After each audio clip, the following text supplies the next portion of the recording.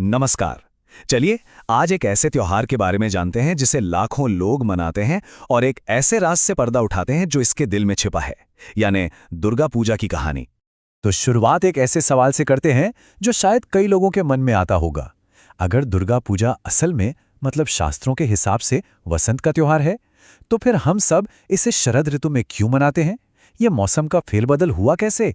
अब देखिए, इसका जो सबसे आम जवाब मिलता है वो है अकाल बोधन। मतलब भगवान राम ने रावण से अपनी बड़ी लड़ाई से ठीक पहले शरद ऋतु में देवी दुर्गा की पूजा की थी। ज्यादातर लोग यही कहानी जानते हैं। पर कहानी में एक दिलचस्प मोड़ है। ये जो पूरी घटना है जिसके बारे में हम सब जानते हैं, वो वाल्मीकि की लिखी हुई असली मतलब ओरिजिनल रामायण में है ही नहीं। कहीं भी इसका जिक्र तक नहीं है। असल में जो सबसे पुराने ग्रंथ हैं जैसे मार्कंडेय पुराण, वो तो एक बिल्कुल ही अलग कहानी बताते हैं। वो कहते हैं कि असल पूजा तो वासंती पूजा है जो वसंत में होती थी, और इसे सबसे पहले राजा सुरथ ने किया था। तो सवाल फिर वही है, अगर ये कहानी ओरिजिनल रामायण में नहीं है तो फिर ये आई कहां से? इसका जवाब हमें ले चलता है 15वीं सदी के बंगाल एक बहुत ही महान कवि के पास। ये है कृतिबास ओझा, 15वीं सदी के एक बहुत बड़े बंगाली कवि।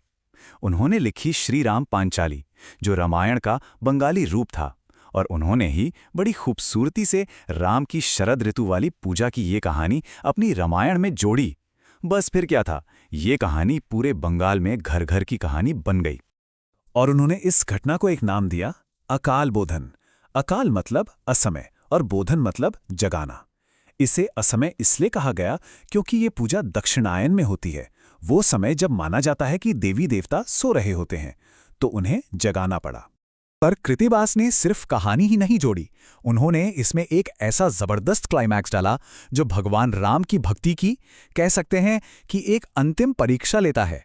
देखिए, कहानी ये है कि पूजा के लिए 108 नीलकमल चाहिए थे, पर देवी ने परीक्षण लेने के लिए एक कमल छिपा दिया। अब जब एक कमल कम पड़ गया तो राम ने क्या किया? उन्होंने 108वें फूल की जगह अपनी एक आंख ही चढ़ाने का फैसला कर लिया। सोचिए, भक्ति का ये स्तर देखकर देवी खुद प्रकट हुई और उन्हें विजय का वरदान दिया। वाकई बहुत ही भावुक कर देने वाला पल है ये। लेकिन कहानी सिर्फ कृतिवास की रामायण तक ही सीमित नहीं है। जब हम पुराणों और लोक कथाओं में झांकते हैं तो ये कहानी और भी ज्यादा दिलचस्प और कह सकते हैं उलझी हुई हो जाती है। जैसे कि कुछ पुराणों में बताया गया है कि ये असमय पूजा भगवान राम ने नहीं की थी, बल्कि खुद भगवान ब्रह्मा ने राम की मदद करने के लिए ये पूजा शुरू की थी। और एक लोक कथा तो इससे भी ज्यादा हैरान करने वाली है। वो ये कहती है कि इस पूजा के पुरोहित खुद रावण थे। जी हां, एक विद्वान ब्राह्मण होने के नाते उन्होंने अपने ही दुश्मन के उस अनुष्ठान को पूरा करवाया जो उन्हीं के विनाश के लिए किया जा रहा था। क्या विडंबना है! तो अब हमारे पास 3 अलग-अलग कहानियां हैं। एक में पूजा करने वाले खुद भगवान राम हैं, दूसरी में भगवान ब्रह्मा, और तीसरी लोक कथा वाली जिसमें पुरोहित ही रावण है। ये विविधता ही तो इस कहानी की सांस्कृतिक समृद्धि को दिखाती है। अब सवाल ये है कि ये जो इतना सारा इतिहास है, इन सब अलग-अलग कहानियों का आज की पूजा से क्या लेना देना है? इसकी एक जीती जागती कड़ी है जो आज भी पूजा के मंत्रों में सुनाई देती है। तो इन सब कहानियों में से कौन सी कहानी आज की पूजा का आधार है? इसका जवाब छुपा है खुद पूजा के बोधन समारोह में बोले जाने वाले इस मंत्र में।